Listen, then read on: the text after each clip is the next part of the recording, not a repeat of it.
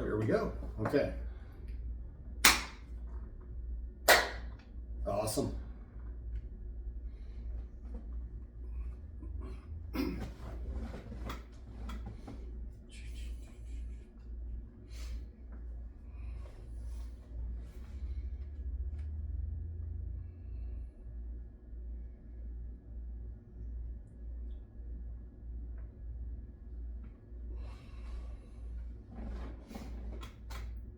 Zen, being aware of interconnectedness of all living things. Put simply, Zen is an orientation toward life that generates a sense of peace, composure, acceptance, and contentment. Friends, this is the Formless Podcast, episode 72, with Tyler, the superhuman, and me, Dustin. Good morning. I'm like, 72? Does that sound right? That sounds right. 72. Mackerel. That's awesome. Hey, before we get going, I want to give a couple of shout outs. One to Bill, who is a previous guest on our show, The Richest Man in the World. He starts a new job Monday, so congratulations to him, and good luck with that, sir. The next one is a little bit more concerning, I guess you could say. A good friend of ours, an early fan of our show, Mary's not home. I just know her by her Instagram handle. Mary, if you're out there, let us know you're okay. You've been quiet on the gram lately, and we want to know that you're all right. So email us or message us somehow, some way, formlesspod@gmail.com.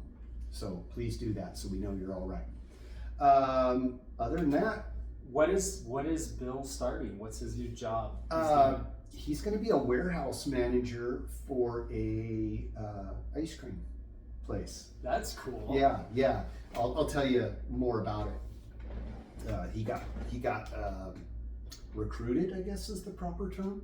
So yeah, really cool. He's gonna bring home all the ice cream he wants. Yeah, I don't know about that one. He might frown on that. Today we're gonna go over something we've gone over once before. It's a book called Zen in the Martial Arts. Zen in the Martial Arts. And we're gonna do a little contest with this at the end of, what do you say, October? Or end of September? End of September. End of September, we're going to do a little contest with this. There'll be more details to follow. We got to do a couple of things on updating our site. But check our social media platforms for the rules and all of that stuff. We're going to give away a copy of our book. One of our books, or maybe both of our books. I don't know. I'm going to hold on to mine. I like mine. Mine's a little weathered. But we're going to go through the first chapter and kind of give a little input, I guess. Yeah, I really liked this book because the first chapter is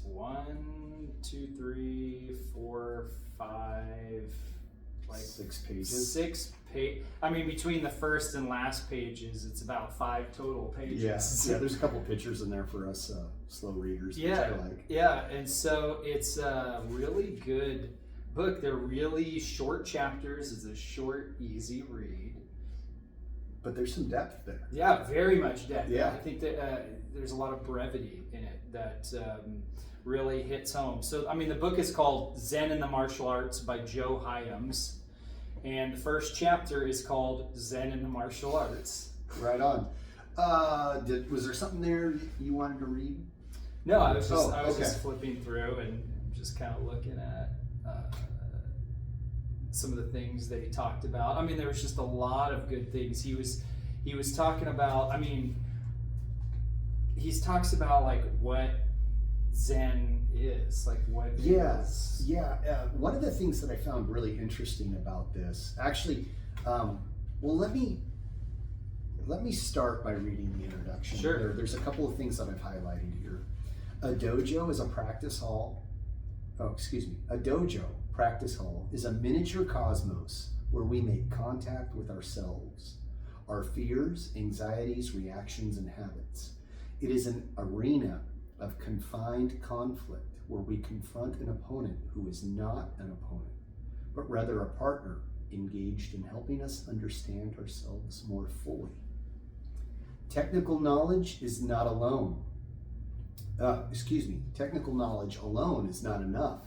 A martial artist must simultaneously transcend technique and develop intuitive action so that the art becomes an artless art, a way of physical excellence, a way to spiritual enlightenment.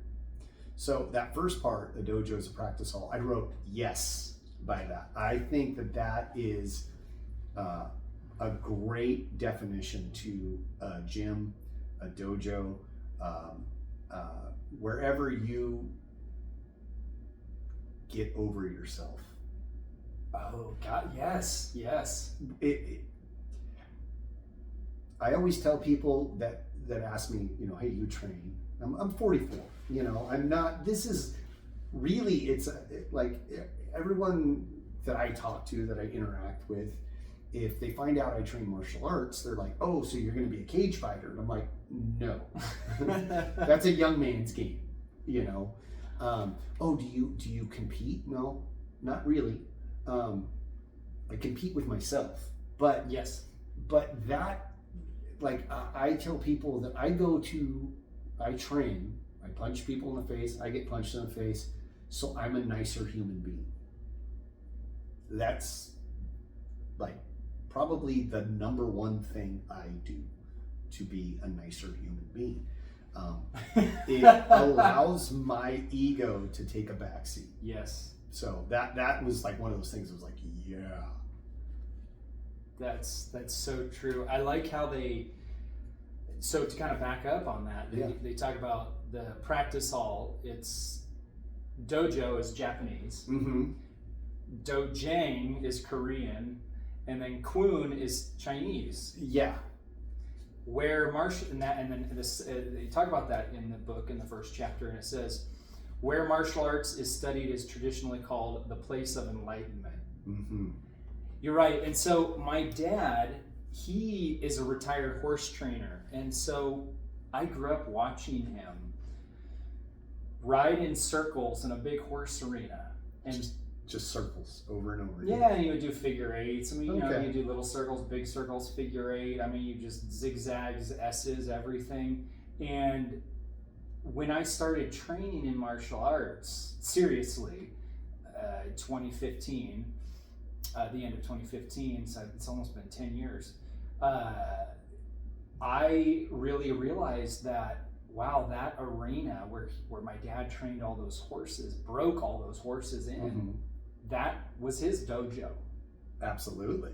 So when you say that whatever you do, whether the gym is your dojo, you go to the gym and you lift weights and you mm-hmm. really work on your ego there. Yeah. Right? Yeah. Or a woodworker that has like a wood shop. Exactly. That's his dojo as well. Yeah. And also to tag onto that is the broader definition of Kung Fu.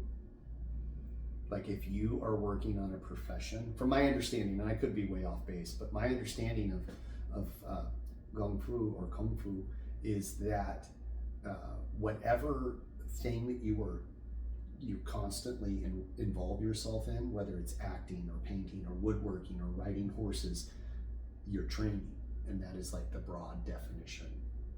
Huh. That's somebody told me that a long time ago. I never Kung Fu. Yeah, I never verified that, but I like it, so I use it all the time. That's cool. Yeah. Huh. Yeah, I thought that was kind of cool. I like how they the activity in the dojo calls on us to constantly attempt new things, so it is also a source of learning. In Zen terminology, a source of self-enlightenment. Mm-hmm. Yeah. That's really, really cool. I guess one of the things I want to go through is, and I remember they talk about it in this chapter, is what is Zen? Right? What is Zen? Yeah. what is the? I mean, do you want to go into that? Well, I defined it at the beginning, but that was like the Google definition, right? And not really like it was kind of like the 1,000-foot scale. You know what I mean? Like, you know, the bird's eye view of what it is. And I think it's supposed to be like, I always think of it as like some metaphysical thing, like some spiritual enlightenment and stuff. But I think mainly, like for me, I don't know, like personally, I think it's just more of a mindset of just like going with the flow, like just accepting things as they come. Excuse me. And not getting worked up over stuff. Like, don't get overly excited, but don't get overly upset as well. It's just like this middle ground where you're just like, oh, all right, this is new. Okay. I don't know. What do you did they? No, that makes sense. That makes sense. But they define it in the first chapter here. It says, although one can read about the Zen and the martial arts, true knowledge of it is experiential. I would agree with that. Yeah. Zen, to me, so, being a Christian, Zen is kind of a more of, like, seems to be like, to me, an Eastern concept, at least the label on it. It's like a philosophy. A philosophy, it's not per se a religion. No. It's more of like it's more like the Stoics. It's a philosophy. It's a thought process. It's a way of like interacting with things every day. And he says at the end of the chapter, he says, I put this book forward to you then in the spirit of sharing what I have learned and in the hope that some may wish to travel a similar path. Perhaps by sharing my experiences, I will also learn more, because that too is the way of Zen. Yeah. So it sounds like his way, what he's talking about, is Zen is more of an experience, like you said, experiential thing. Mm-hmm. And so we're not going to read the entire thing. We're just going to go over some highlights and talk about them. And there's more to the book, and definitely, if it's at all interesting to you, I would recommend you pick up a copy or try to win one some way, somehow. Try and win one. Yeah. Let's see. One of the other things that I marked here. So he goes into like how he became, how he got into training martial arts, and yet I studied martial arts for several years before becoming aware of this. He's talking about,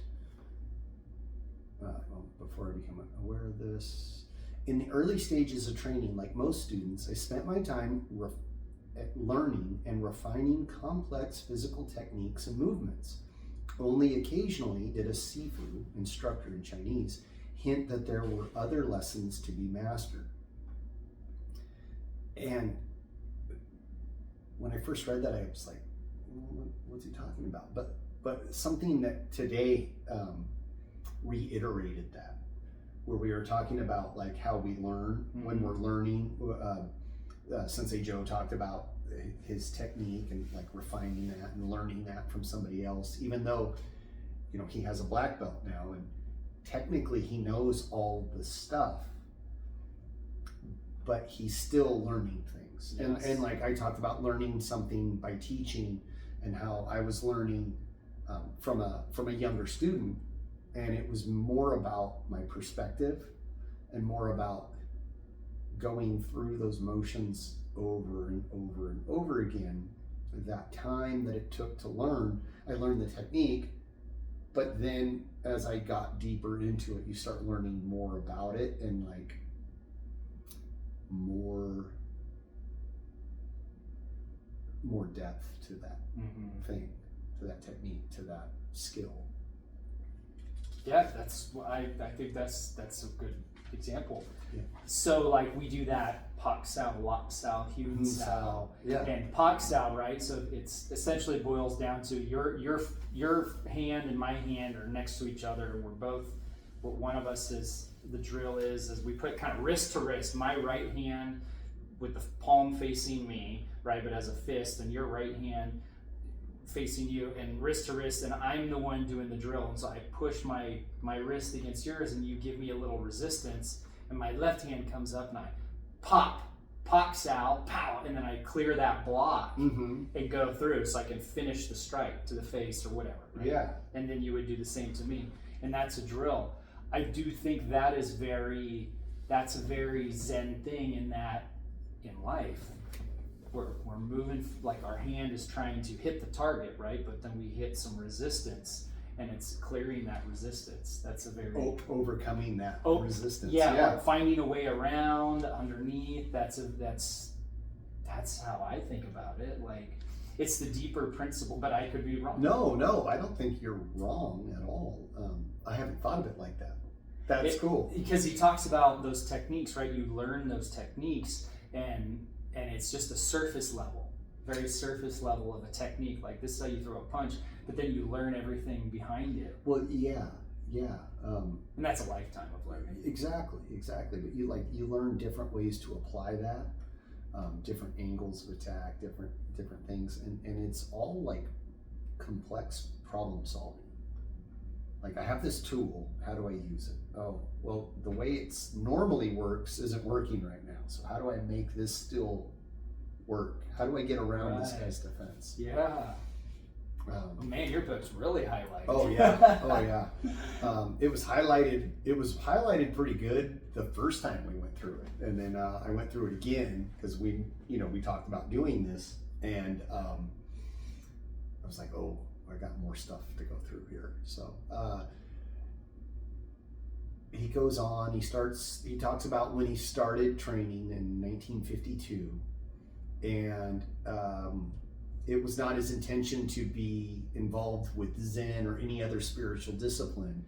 It was more just to train. And he was a news reporter for a paper, and he talks about what paper he was in. But he interviewed celebrities, and where was it? So no, one on that page. Is it right there? Yep, yeah. Oh, right. Okay. So one day, Bronislaw Kaper, excuse me, I butchered this guy's name, an Academy Award-winning film composer, recognized my technique for exactly what it was, and suggested I study karate. So he goes on to say, I was sedentary, overweight, restless, easily bored, and constantly seeking new adventures. I had no clear awareness of who I was or where my life or career was going.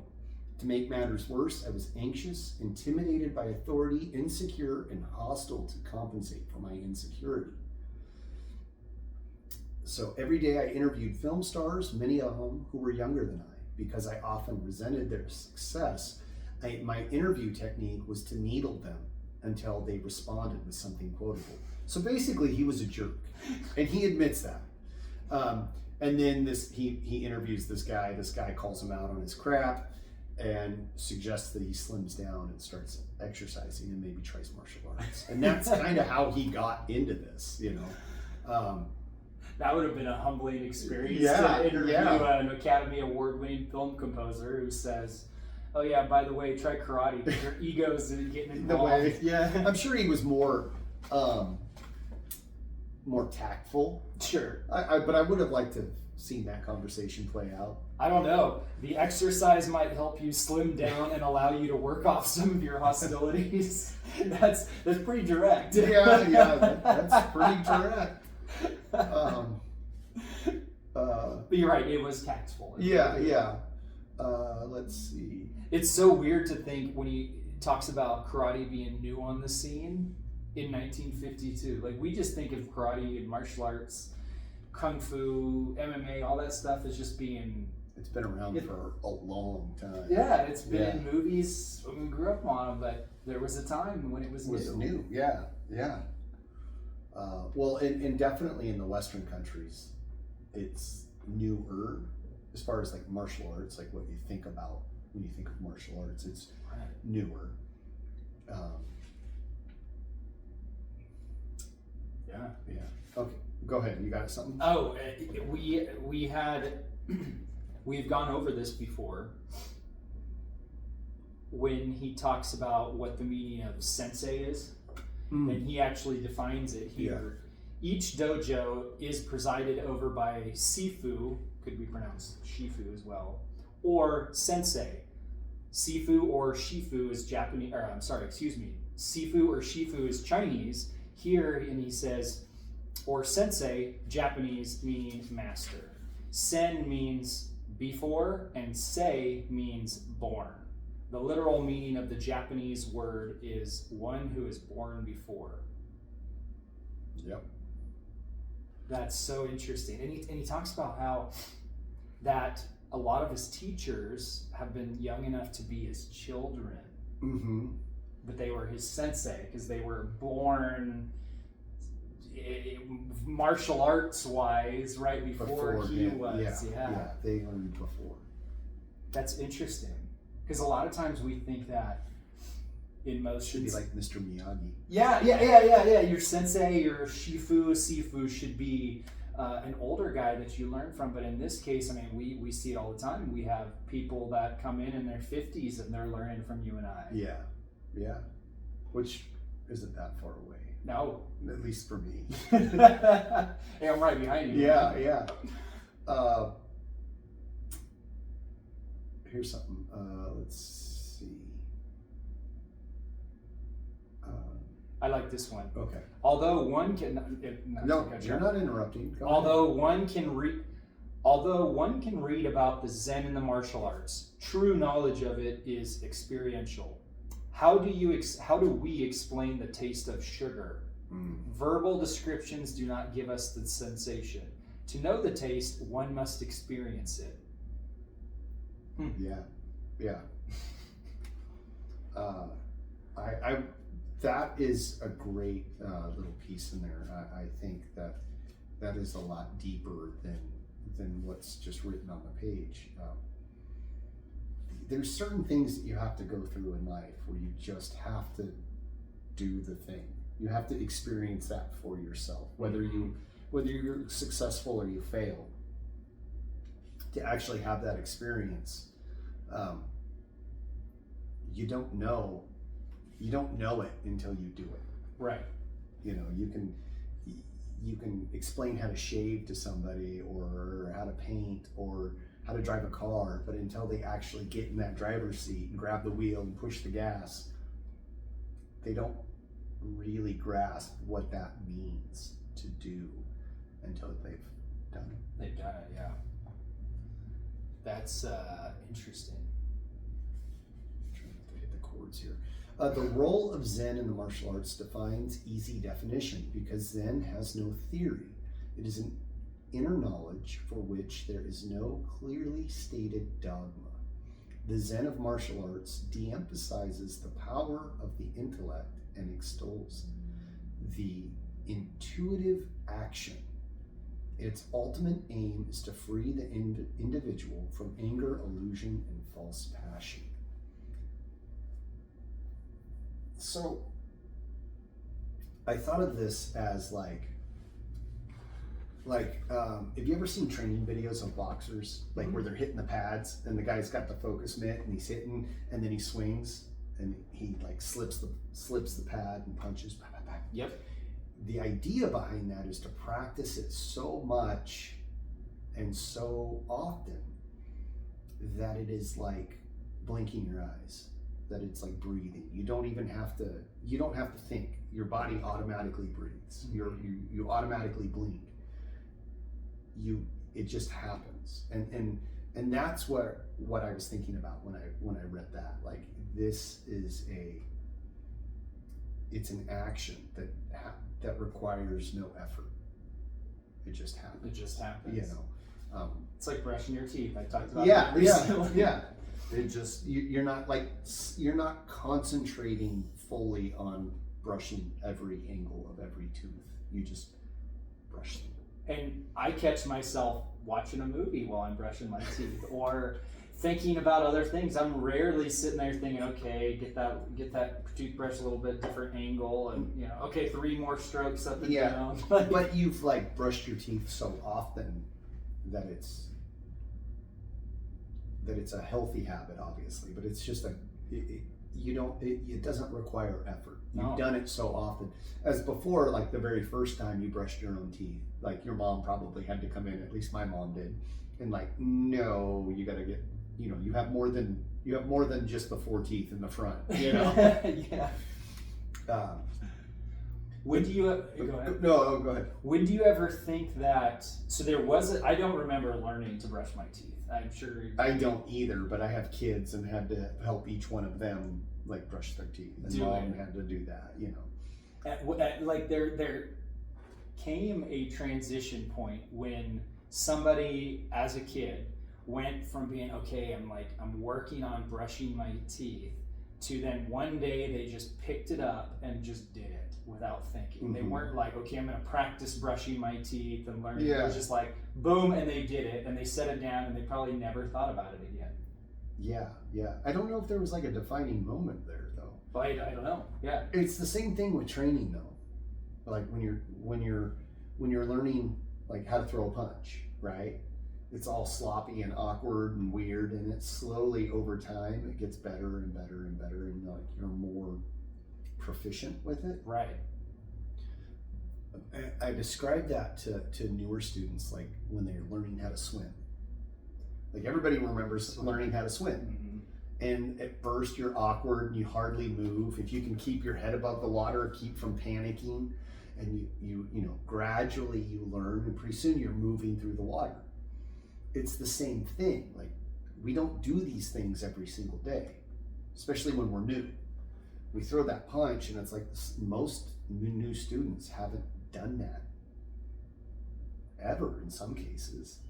In other cases, they've done it in play, or they may have been forced to defend themselves, and they're wild and unpredictable, and then by doing that thing over and over and over again, they get comfortable with it, they learn how to do it, and then eventually they don't even have to think about it, it just happens. And I think that's kind of, in a way, that's Zen. I would think so. I don't know. I'm sure like somebody's going to listen to this and go, you guys are completely wrong. But that's okay. Get your own show. Yeah, exactly. Go start your own podcast. Yeah. It is possible for students to make contact with Zen in the martial arts only by a slow and roundabout route. Once I came to this realization, familiar to all true masters of the arts, I began to keep notes of my discoveries. That, I think it's super important to keep it like a journal.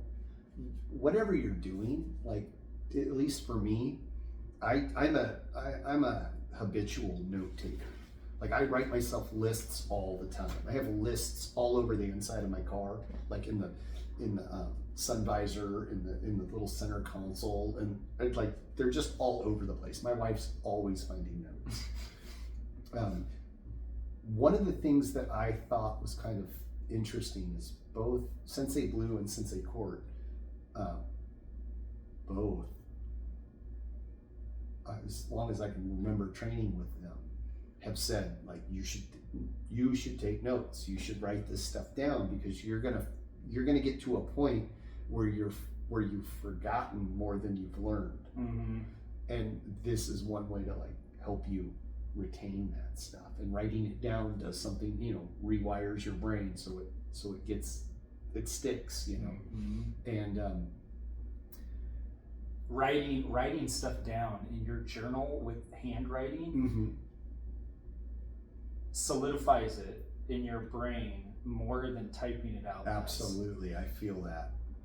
I'll put a note in my phone and it's like gone. Yeah. Almost as soon as I put my phone down. But if I write it down on a list, like, oh yeah, I wrote that down. Where is that?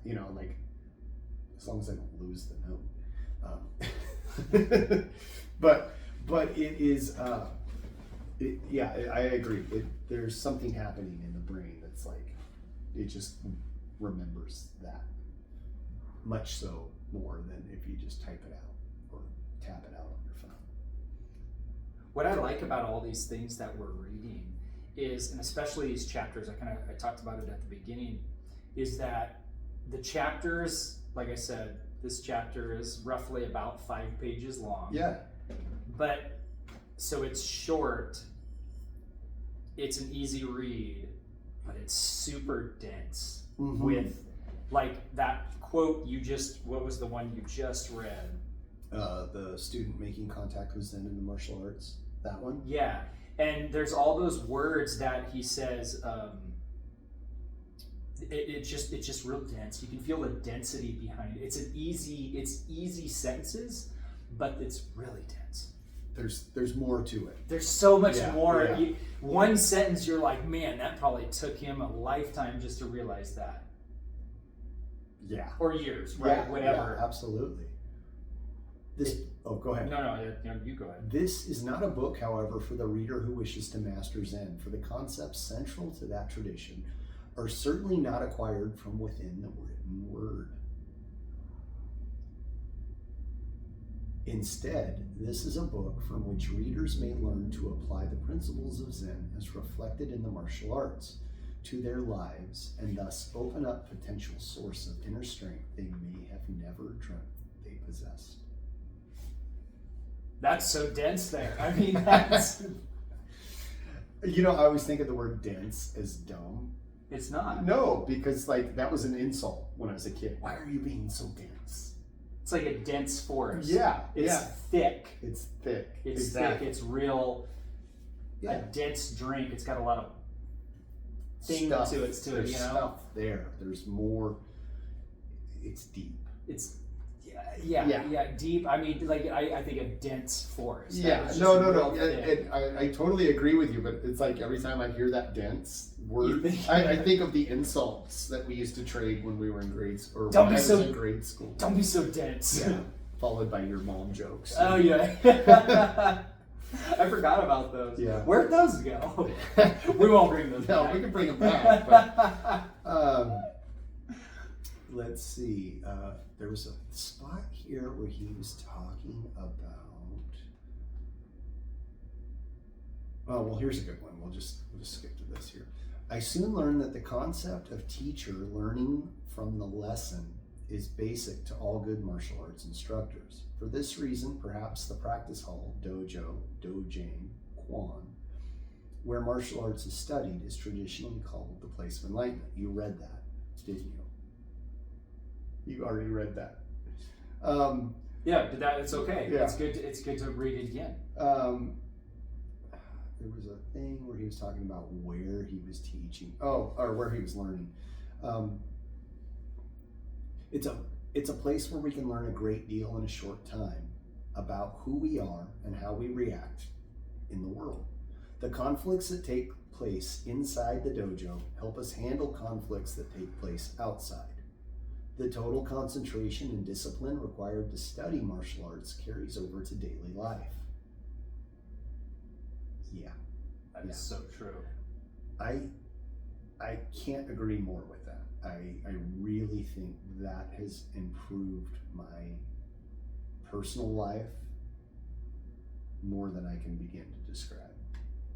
It's made me a more attentive father, a better husband, a better employee, a better person, just a better human being all over.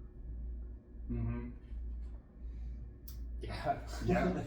How else do you explain that? That was a very dense statement right there. Yeah. Like, it was thick, and there's a lot behind that. Yeah, absolutely. That you've discovered. Absolutely. The activity in the dojo calls on us to constantly attempt new things, so it is also a source of learning. In Zen terminology, a source of self-enlightenment. I feel like we should have candles and beads and stuff. There is a Buddhist saying that any place can be a dojo. I have studied Shotokan karate in a beautiful modern building in Johannesburg, South Africa. Judo in the back room of a Japanese restaurant in London. England, jiu-jitsu in a sports hall in Munich, Germany. But most of my study in Hapkido, Aikido, Taekwondo, and Wing Chun has been in Los Angeles, where stores are frequently converted into martial arts studios. Bruce Lee taught Jeet Kune Do to screenwriter Sterling Siliphant and me in the driveway of my home. Holy cow! How freaking, like, to me, that is a story. Like that, not a story, but that's like a medal, like achievement earned. Yeah, Bruce Lee taught me in the driveway. Like we worked on in my driveway. Yeah, in my driveway. He came to my house and taught me in the driveway. Like, not many people could probably say that. I'm sure there's only a handful of people that could ever say that and not be full of crap. Yeah. I remember Sensei Court one time said, I don't need a building to teach you Wu Yin Dao. Yeah. We could learn it at the park. Yeah. We'd go down there and that could be our dojo. And I never forgot that one. Yeah. And so it's the same thing here, like he's saying. He learned all these different arts and all these different places. I mean, judo in the back room of a Japanese restaurant in London. I once did capoeira training in one of the parks here in Reading for a couple afternoons. It was fun, but it was really cool to do it out in the grass. Like, it was just awesome. But it probably looked like a bunch of crazy people to outsiders, you know. So you had to get over yourself pretty quick. That was capoeira. Capoeira. That's like this. It's a dancing. It's a Brazilian. It's a Brazilian martial art. It's done with music because it was outlawed, and so they turned it all into dance and rhythmic stuff, and so that all of the techniques, all of the kicks and punches and stuff are hidden in dance. It's pretty interesting. I don't think it's as popular as it once was. Here, at least. Yeah. It's still done. It's still trained, but I think Brazilian Jiu-Jitsu far surpassed it. I watched a documentary on PBS a long time ago about it. It's pretty cool. Capoeira. Yeah.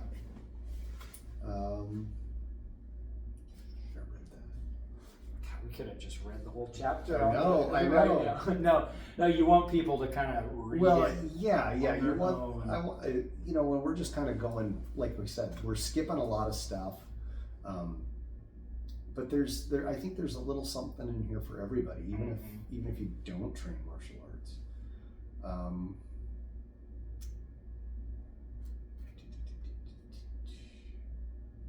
Here we go. Tell me what this reminds you of.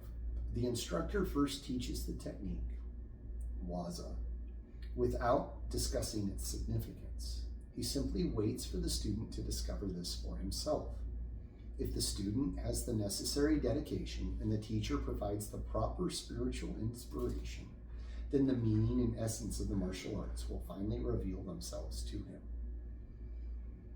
So, let me tell you what I thought of when I first read that. Yeah. Karate Kid, Mr. Miyagi. Okay. Remember the first movie? He's like, sand the deck, paint the fence, wax the car, right? And at a certain point, Daniel's son gets all pissed off and is like, I quit. You're not teaching me martial arts. I'm just your slave, or something like that. And then he's like, no, Daniel's son, wax the car. Wax on, wax off. And he throws punches. Sand the deck. He says, sand the deck. And he gets down on his hands and knees and starts sanding. And Mr. Miyagi tells him to stand up. He's like, do it here in the air. And then he throws punches at him and he's doing all the blocks and stuff. Yeah. That's it. Yeah, that's it in a nutshell. But it's funny to me because, if you have an inquisitive student, from a teacher's perspective, or somebody who teaches, from my perspective, you get some really inquiring students once in a while, and they're like, okay, why do we do that? why do we do it like this? They start questioning stuff.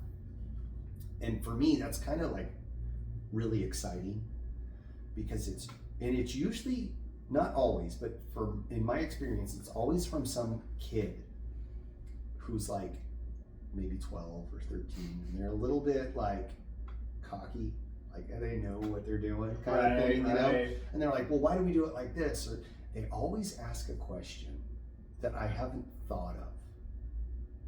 Like, I never had that question in my head. And so then they ask it and you're like, oh, well, you know, and you got to kind of think about it a little bit. And you're like, well, this is why, you know. We were talking in class this morning about turning a defensive situation into an offensive situation. That's one of those questions that I got where I hadn't thought of that before. I hadn't realized it. And it wasn't that I had the question, it was that it didn't occur to me. Like, why are we doing it this way? It was more of just like, well, if I'm on the attacking end, I want to be I want to flip that on its ear, so I need to do it like this, I need to move like that. So it wasn't a question that I had, but it wasn't an answer that I had either. It was just like I somehow figured that out. So it wasn't something that I was like going through and going like, oh, well, why, until somebody brought that to me, and then I was like, oh, well, here's the answer. Here's why you do this. And I wasn't aware of it. You know, does that make sense? You had the answer. Yeah, I had the answer. And for a question that hadn't been asked yet. Yeah. And that's a weird experience. Like, it's cool to me. But that paragraph there, that reminded me of the movie, but it also reminded me of like my own situation sometimes. So interesting. Yeah. You read about the sugar. Yeah, the sugar thing. That was good. You can't describe the taste of sugar. Or how do you describe it? You just gotta try it. Yeah. I've come to see enlightenment simply means recognizing the inherent harmony of ordinary life. Perhaps by sharing my experiences, I will also learn more, because that too is the way of Zen. And that, I think, is probably one of my favorite parts of the whole thing with Zen. By sharing, I learn, and by learning, I can share.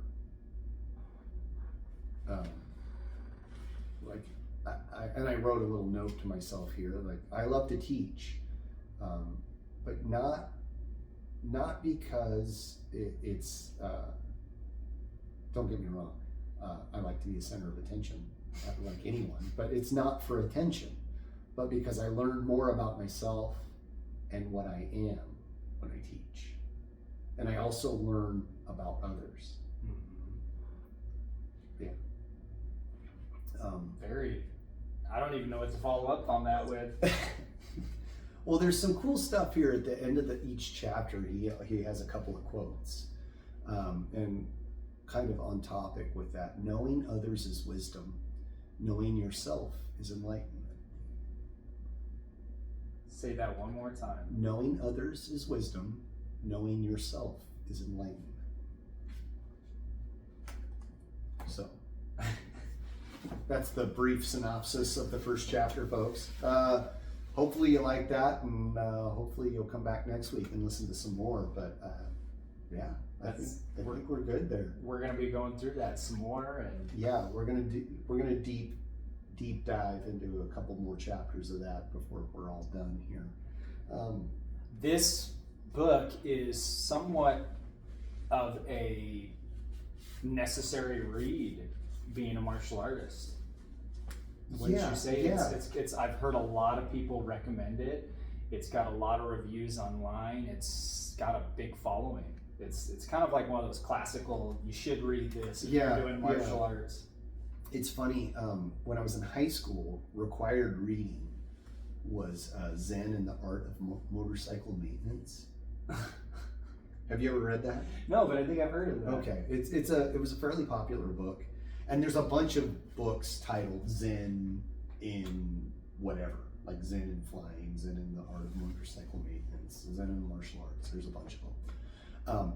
I refused to read it on the basis that I was a degenerate in high school, and well, not a degenerate, but I was just a rebel, I guess. I don't know. I just refused to read it. I read it after high school, after I got out of high school. But it was just kind of like one of those things where like, oh, you have to do this. I'm like, no, I don't. I'm not doing that, you know, much to my detriment. But I don't really know where I was going to go with that other than the fact that it's actually This is a good book. it's not a bad book. It's fairly good, and there's a lot of good stuff in there. Much like this book, I don't think you have to ride a motorcycle to understand and to grasp the things in that book. Mm-hmm. I don't necessarily know that you have to be a martial artist to read this book. I don't No. think so. Although it does focus on martial arts, it's more of a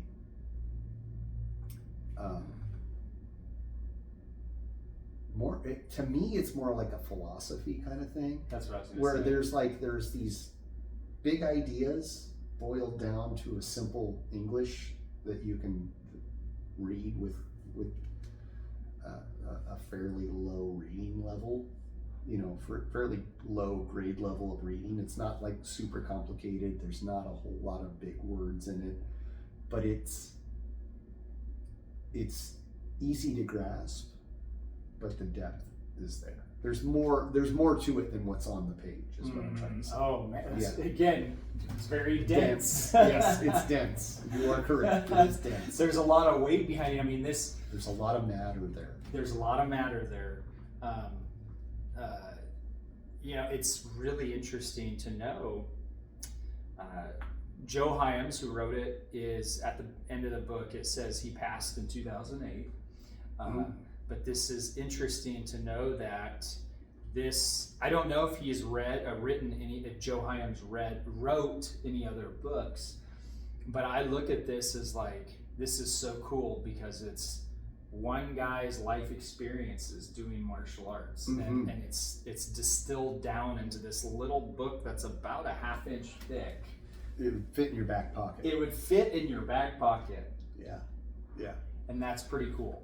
Absolutely. I think we're good. I think that covers Awesome. it, yeah. Friends, thank you for being with us today. Thank you for listening. If you have any other suggestions for future books to read, anything like that, guest suggestions, want to be a guest, let us know. You can email us at formlesspod@gmail.com. We have a YouTube channel, Formless Pod, Facebook group called the Formless Pod, and an Instagram page called the Formless Pod. We're also on Twitter at the same. We have a website called theformlesspod.com. Stay tuned on that. We'll get our contest figured out here shortly and get all of that worked out and rocking and rolling on that. Until then, see you next week.